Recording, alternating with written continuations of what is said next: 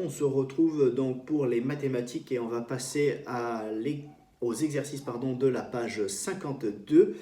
On va donc lire ensemble les consignes. Je vous ferai ensuite une correction des exercices pour être sûr qu'on est bien d'accord sur les résultats. Ensuite, je vous présenterai le petit défi du jour et pour terminer, je vous parlerai un petit peu de l'activité d'art plastique. C'est tout de suite parti pour la lecture des consignes. Ouvre bien ton cahier à la page 52.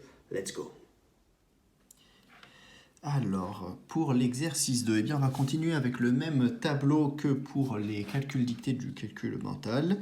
Et puis, donc voici la consigne. Lisa et Alex ont écrit chaque jour dans un tableau le nombre de gâteaux qu'ils ont mangés avec Moustique. Voici donc le tableau que vous avez déjà vu. Ici, c'est les gâteaux qu'a mangé. Ce sont les gâteaux qu'a mangé Lisa. Ici, ce que Alex a mangé. Et ici, ce que Moustique a mangé. Et ça, c'est ceux qui ont été mangés le lundi, le mardi, le mercredi, le jeudi, le vendredi, le samedi, le dimanche. Alors, quel jour nos trois amis ont-ils mangé le même nombre de gâteaux? Il y a un jour où ils en ont tous mangé autant. Combien de jours dans la semaine Lisa a-t-elle mangé 3 gâteaux? Chaque fois, j'écris ma réponse ici sur les pointillés. Combien de gâteaux Moustique a-t-il mangé pendant la semaine? Moustique est là. Combien il en a mangé pendant la semaine? J'écris ma réponse ici. De lundi à jeudi, combien de gâteaux nos trois amis ont-ils mangé en tout? De lundi à jeudi. Voilà pour l'exercice 2. Et pour l'exercice 3, calcul avec la méthode de ton choix. Voici 3 calculs.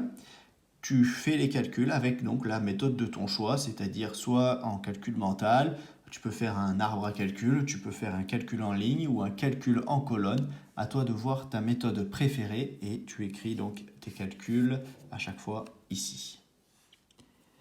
Alors, pour trouver quel jour nos trois amis avaient mangé le même nombre de gâteaux, eh bien je regardais les colonnes des jours. Est-ce que lundi ils ont mangé autant de gâteaux chacun? Non, puisque lundi Lisa en a mangé 5, Alex en a mangé 4, c'est déjà pas pareil. Alors là, c'est des nombres aussi différents, et ainsi de suite. Et je vois que le dimanche, eh bien, Lisa a mangé 3 gâteaux, Alex a mangé 3 gâteaux, Moustique a mangé 3 gâteaux. Donc le jour où ils ont mangé le même nombre de gâteaux, c'est le dimanche.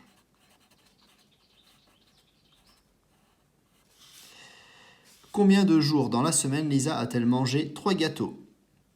Alors, elle en a mangé mardi 3, mercredi aussi 3, le vendredi elle en a mangé 3, le samedi elle en a mangé 3, le dimanche aussi elle en a mangé 3. 5 jours de la semaine, elle a mangé 3 gâteaux.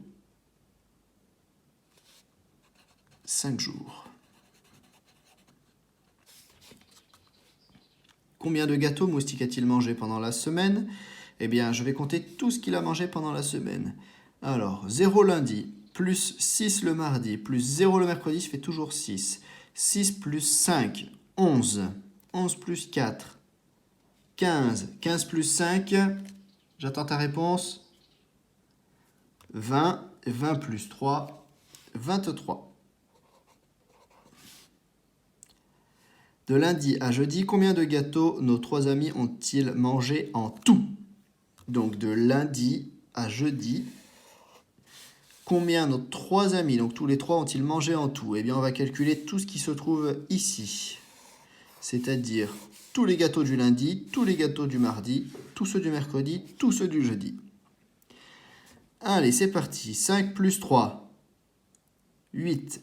8 plus 3, 11. 11 plus 4, 15.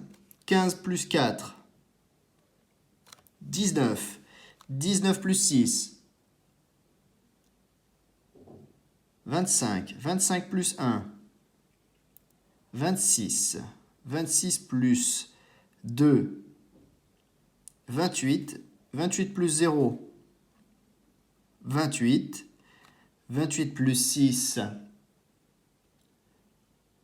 34. 34 plus 0, 34. 34 plus 5,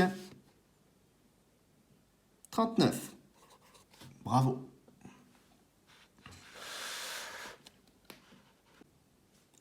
Allez, c'est parti pour la correction de l'exercice 3.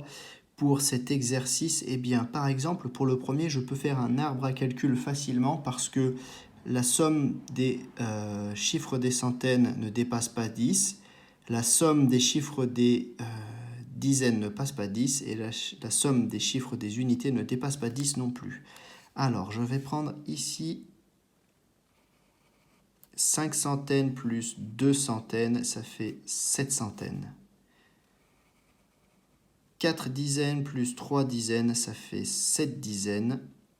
0 unité plus 7 unités, ça fait 7 unités. Le résultat, c'est 777.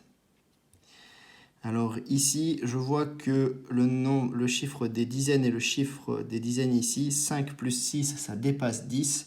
Je vais donc poser une opération en colonne parce que je vais sûrement avoir une retenue et je ne veux pas me tromper. Donc je vais mettre 64 ici, 64 plus 256.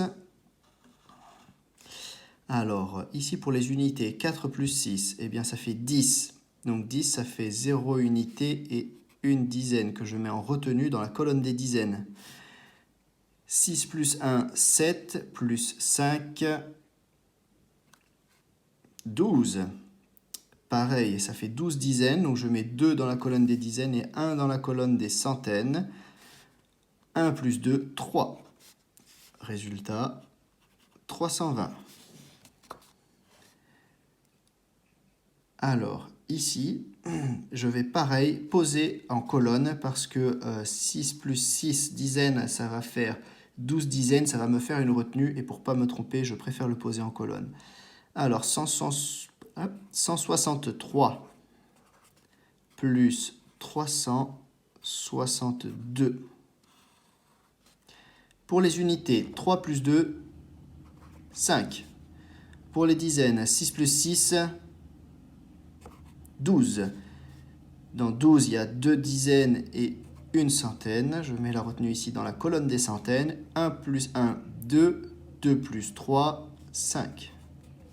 Résultat de l'opération, 525. Et c'est parti pour la dernière. Alors la dernière, pareil, elle a beaucoup de nombres et j'ai peur de me tromper, donc je vais les poser en colonne. Je vais mettre 58 en premier, puis 174, puis 304. Je n'oublie pas les plus et la barre de égal. Allez, c'est parti. 8 plus 4, 12 plus 4, 16. 6 unités et une dizaine que je mets dans la colonne des dizaines en retenue. Une dizaine plus 5 dizaines, 6 dizaines. 6 dizaines plus 7 dizaines, 13 dizaines. Je mets 3 ici dans la colonne des dizaines et 1 dans la colonne des centaines. Une centaine plus une centaine, 2 centaines, plus 3 centaines, 5 centaines. Et voici le résultat. Et voilà, c'est terminé pour la correction des exercices. Maintenant, je vais te mettre à l'écran un petit défi. Alors, le défi de ce jour, il est un peu particulier parce que les mathématiques, eh bien, ce n'est pas toujours avec des nombres. Et aujourd'hui, ce sera avec des lettres. C'est une activité de logique. Et j'ai hâte de voir tes réponses. Tout de suite, le défi s'affiche à l'écran.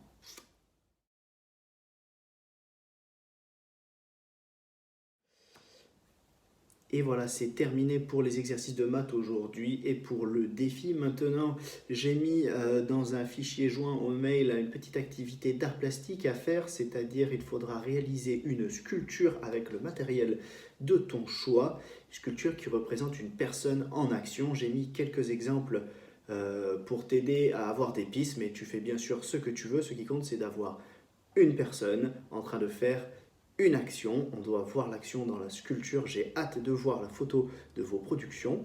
C'est terminé pour cette semaine et c'est terminé pour moi. Maintenant, vous allez retrouver la maîtresse pour les 3 prochaines semaines et on se revoit dans 3 semaines, en classe ou à la maison. On verra. Je vous souhaite une bonne après-midi, un bon week-end et je vous dis à bientôt.